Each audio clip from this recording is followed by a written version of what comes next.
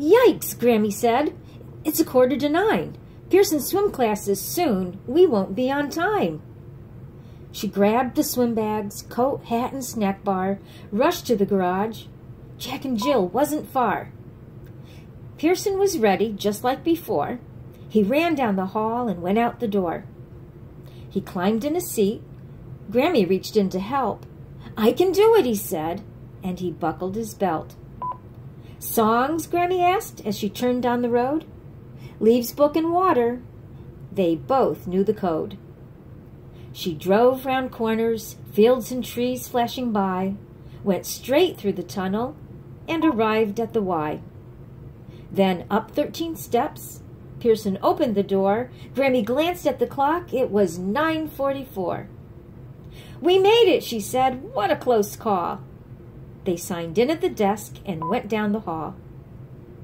A stop in the bathroom. That was always the rule.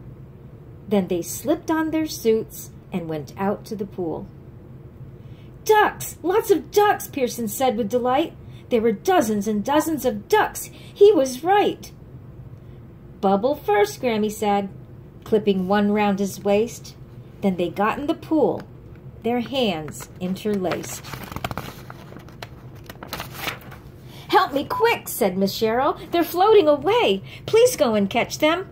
This mat's where they'll stay. Pearson looked back at Grammy. She thought he might cry. You can do it, she said. Just give it a try. He looked at the ducks. He put out his hands.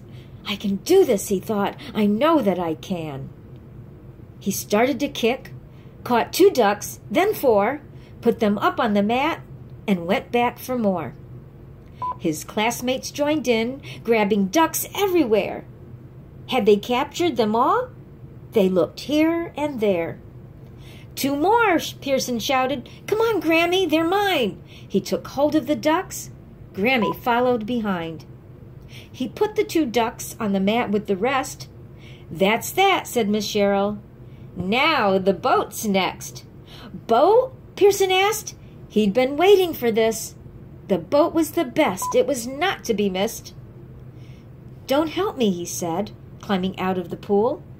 He stood by the boat and thought, oh, this is cool.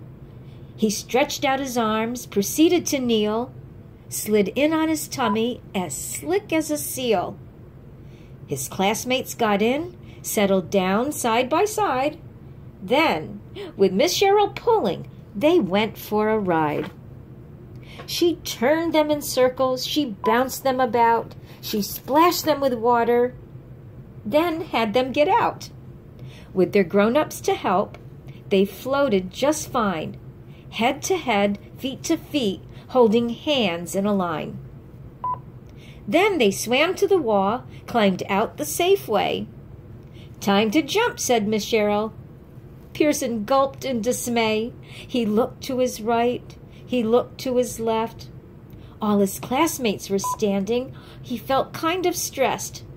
But he got to his feet, moved his toes to the edge. Are you ready? Asked Grammy.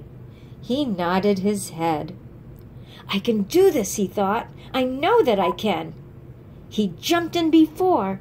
He just needed a plan. Keep your eyes on the noodle, Grammy said with a smile. Take a breath, close your mouth. Don't worry about style. He stretched out his arms, bent his knees just a tid. Blast off, Grammy said, and that's what he did. He sprang off the edge. This jump was the best. Landed just where he wanted. Noodle right at his chest. I did it, he said. I can do it. I can. I flew through the air like a real Superman.